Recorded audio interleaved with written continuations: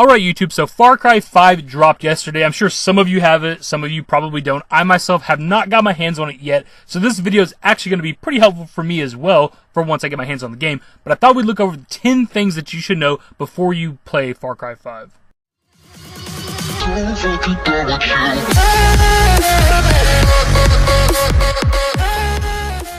So first up we have Diversify Combat and gameplay to unlock everything quickly. The first thing you have to realize about Far Cry 5 is that it's totally changed how it doles out skill points and upgrades.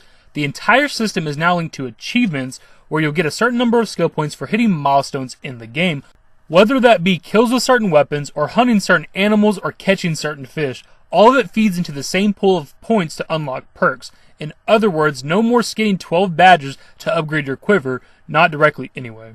What this means in practice is that you should diversify your gameplay as much as possible. While dynamite is the most readily available explosive, once you get enough kills with it to unlock its skill points, start switching to grenades, remote explosives, molotovs, etc. to unlock more points. Since everyone will drop an assault rifle on death, you'll get enough kills with that quickly, so make sure you go through the full cycle of weaponry to get enough kills with shotguns, snipers, pistols, SMGs, flamethrowers, RPGs, etc. and the skill points will come rolling in.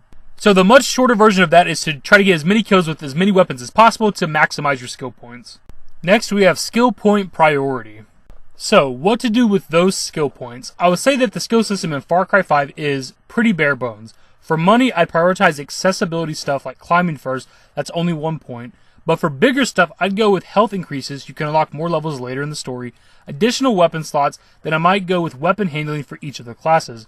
Low on the priority list are the very expensive increased ammo reserve upgrades, but honestly, I rarely find myself running low on ammo so long as I keep up looting corpses. Oh, and get the leadership perk as soon as that's available, but I'll talk about that later. This one's pretty self-explanatory, don't waste your skill points, but it can also be viewed as a bit subjective. Do what you want with your skill points in your playthrough in your game, but if you want to maximize your gameplay, maybe follow some of these. Number 3, prioritize prepper stashes. As ever, Far Cry 5 has 10,000 things to do and find on the map, but I highly recommend prioritizing prepper stashes, which show up as little green diamonds on the map and are given to you by random townsfolk.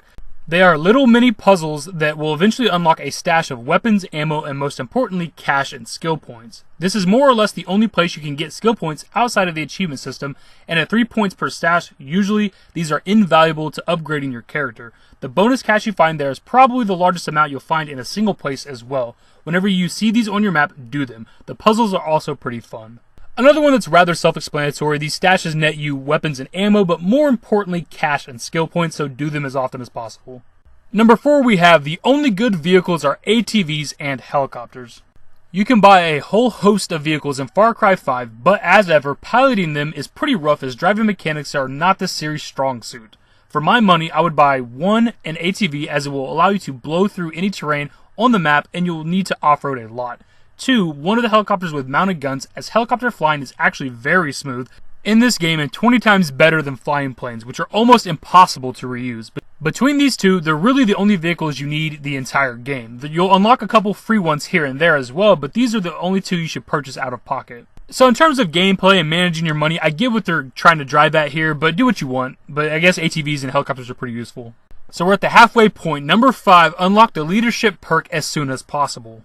Above all else, this is the most useful perk in the game, as it will allow you to have 2 companions instead of 1, turning you almost into a full Ghost Recon Wildlands squad. Having 2 companions not only means more kills by your squad, and yes, they are actually useful in Far Cry, unlike other games, but also you have not 1 but 2 people who can revive you when you fall, so it's essentially like having another extra life. So this one makes sense to me. It depends on the kind of player that you are. When it comes to games like this, open world games, something like Fallout or Elder Scrolls, I like to have a big squad of companions with me, so I'll probably grab this one as soon as possible. It just kind of depends if you want to do like a solo playthrough or whatever. Number 6, always have Grace Armstrong in your squad. Everyone might have their own favorite companion in Far Cry 5, but mine is Grace Armstrong, who you can unlock by helping her out on the far west side of the map. She's a sniper, and you can direct her to one-shot almost any enemy in the game outside of bosses, making her exceedingly useful. You can also use her to hunt by proxy. Need to rack up those deer skins, wolf skins, turkey feathers. Simply point at any wildlife you see, and she'll assassinate it for you. Point and click, she's the best. So I can actually relate to this one a lot. For those of you Fallout New Vegas fans out there, my companion of choice always is Boone. He's a sniper, so I can see where they're getting at here. It's always nice to have a ranged companion with you and somebody that can one-shot most things in the game. It seems a bit overpowered, but I like it. Number 7, stealth is not really a thing anymore. I remember back in the days of Far Cry 3 trying to go through entire outposts not being seen or raising any alarms, but now, stealth is not exactly a priority. Far Cry 5 has some stealth tools, but not many, and it's hard and not really worth it to take a stealth approach to most encounters. Most of your companions will alert cult members to your presence regardless of whatever you're doing. You can have silenced weapons, but I swear they alert people just as much as normal ones. My best tactic for bases was just running through them quickly to blow up 1 or 2 alarms before they could be activated, then cleaning up everyone else free of reinforcements. Full stealth is not really worthwhile anymore, which is kind of a shame, but the game really is just not designed for it. This one I can really relate to. I remember with Far Cry 3 doing that shit like almost entirely stealth, at least everything that you could do stealth. And with Far Cry 4, which I just played recently on the Xbox One to kind of hype myself up for Far Cry 5, you almost couldn't do it. It seems like no matter what you did, at some point somebody would get alerted. And it seems like that's kind of the case with Far Cry 5, especially with having companions. If you don't have to have a companion with you, you can resolve that easily. Number 8, flamethrowers are going to do more harm than good. Most weapons have their pros and cons, but the flamethrower, only cons. The amount of time it takes to fry an enemy is someone who could have easily just gone down to a few bullets. And since most battles take place outside in the grass and trees, an encounter with the flamethrower will almost certainly set the entire area on fire, including you and your companions. Nothing like reviving your downed flaming dog in the middle of a wildfire you created as you yourself are also on fire. Get your flamethrower achievement kills, then never touch that thing again. This one I can definitely believe, as again we mentioned Far Cry 4 just a minute ago, same thing in that game. The flamethrower wasn't that good, didn't kill people that fast, set the entire area on fire, and it's just kind of a hazard and it's a waste of time. Number 9, don't forget about the entire second item wheel. Perhaps you will be less of an idiot than me, but it took me a full 8 hours to understand that there was an entire second item wheel in Far Cry 5. I only discovered it after I couldn't find my fishing rod. Once you have the L1, which will be like left bumper on Xbox, weapon wheel brought up, you press R1 to go to the second item wheel where you'll find your rod, but also a number of concoctions that will boost your speed, strength, and damage resistance. Very useful stuff there, and more achievements are linked to both fishing and using those potions, so go to this wheel often.